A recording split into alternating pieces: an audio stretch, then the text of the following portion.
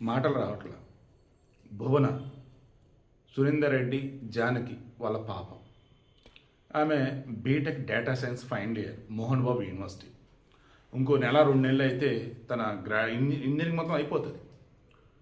17 లక్షల రూపాయలు ప్రయాణం ప్యాకేజ్ అంటే అప్రాక్సిమేట్లీ 1,50,000 అనుకోవచ్చు.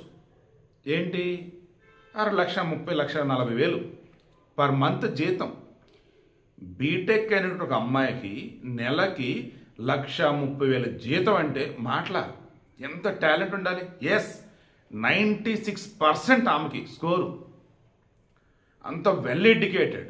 జాబ్ వచ్చింది కూడా ఆసామషి కంపెనీ కాదు, ఇన్ఫోసిస్. వరల్డ్లోనే టాప్ మోస్ట్ కంపెనీస్ ఇన్ఫోసిస్ ఒకటి. మన ఇండియాలో టాప్ అంటే ఇన్ఫోసిస్ అండ్ టీసీఎస్ఏ ఉంటాయి. అటు ఇన్ఫోసిస్లో జాబు 2 నెలల్లో జాయిన్ అవ్వాలి. అండ్ వాళ్ళ చెల్లి హర్షిత, ఆమె కూడా మోహన్ బాబు యూనివర్సిటీ చదువుతుంది, బీటెక్ సెకండ్ ఇయర్. అండ్ వాళ్ళ అమ్మ నాయన వచ్చేసి రిచ్ ఏం కాదు, సాధారణ మిడిల్ క్లాస్. అసలు ఫ్యామిలీ ఇంకెంత హ్యాపీగా ఉంటారు వాళ్ళు. నిన్న సాయంత్రం కూడా భువన వాళ్ళ అమ్మా నాన్నతో మాట్లాడినప్పుడు చాలా హ్యాపీగా మాట్లాడాం. తిరుపతిలోనే సాయి తేజ ప్రైవేట్ హాస్టల్లో ఉంటూ ఉంది. మార్నింగ్ డోర్ ఓపెన్ కాదు, ఏంటని చూస్తే ఫ్యాన్ గురేసుకొని ఉంది. వాళ్ళ ఫ్యామిలీ కన్నా చూడడానికి ముందు పోలీసు చెప్పేసి బాడీని ఎక్కడ తీసుకొచ్చి ఆసుపత్రి పట్టుకెళ్ళిపోయారు. ఈ లోపల అమ్మా నాయన వచ్చేటప్పటికి మొత్తం ఇంకా సాక్షాత్ తారుమారు చేసినట్టు అయిపోయారు. ఇక దాంతో మోహన్ బాబు యూనివర్సిటీలో ఏదో జరుగుతుంది. బాగా గుర్తుంటే మొన్న స్టూడెంట్ నాయకులు కిడ్నాప్ చేశారు, బౌన్సర్లు పెట్టేసి. ఆ కేసు ఆల్రెడీ విష్ణు మీద, మోహన్ బాబు మీద, మరి కొంతమంది మీద, పిఆర్ఓ సతీష్ మీద ఉంది. అది ఇంకేం తేలలేదు. దానికి ముందు బాగా గుర్తుంటే ఐ థింక్ ఆ పిల్లోడి పేరు హరీషా హేమంత్ అనుకుంటా. ఆ పిల్లోడు కాలేజీ హాస్టల్లో నూరేసుకున్నాడు మోహన్ బాబు యూనివర్సిటీలోనే. అతను సిఎస్సి 3rd ఇయర్. ఆ పిల్లడు ఎందుకు వేసుకున్నాడు ఇంతవరకు తెలియలా. ఇప్పుడు ఈ అమ్మాయి ఎందుకు వేసుకుందో తెలియట్లా. ఇద్దరు మోహన్ బాబు యూనివర్సిటీలో వాళ్ళే. సమస్య యూనివర్సిటీలోనే, యూనివర్సిటీ బయట. వీళ్ళ పర్సనల్ ఇష్యూసా లేదంటే యూనివర్సిటీ లోపల జరుగుతున్న ఇష్యూసా? అన్నీ అయిపోయినాయి, హ్యాపీగా కొత్త లైఫ్ స్టార్ట్ చేయాలి ఒక ఎంప్లాయీగా. అటువంటిది భువన చనిపోవటం ఏంటి? వాళ్ళ పేరెంట్స్ మాత్రం అస్సలు ఊరుకోవట్లేదండి.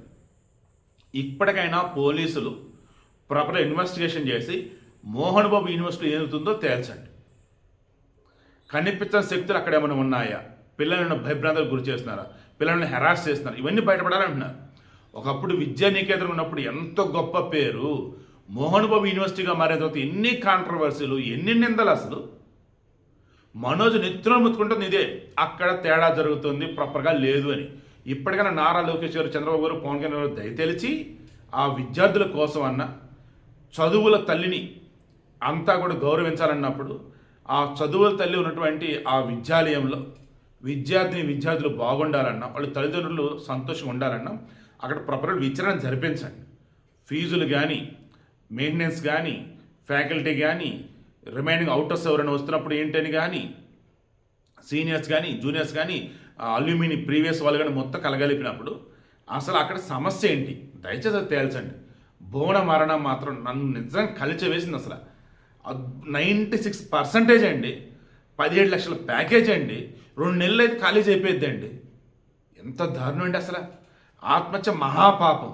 కానీ ఆ మహాపాపానికి వీళ్ళు పాల్పడేలాగా ప్రేరేపించిన వాళ్ళు ఉంటారే, వారినిగా వదిలిపెట్టకూడదు.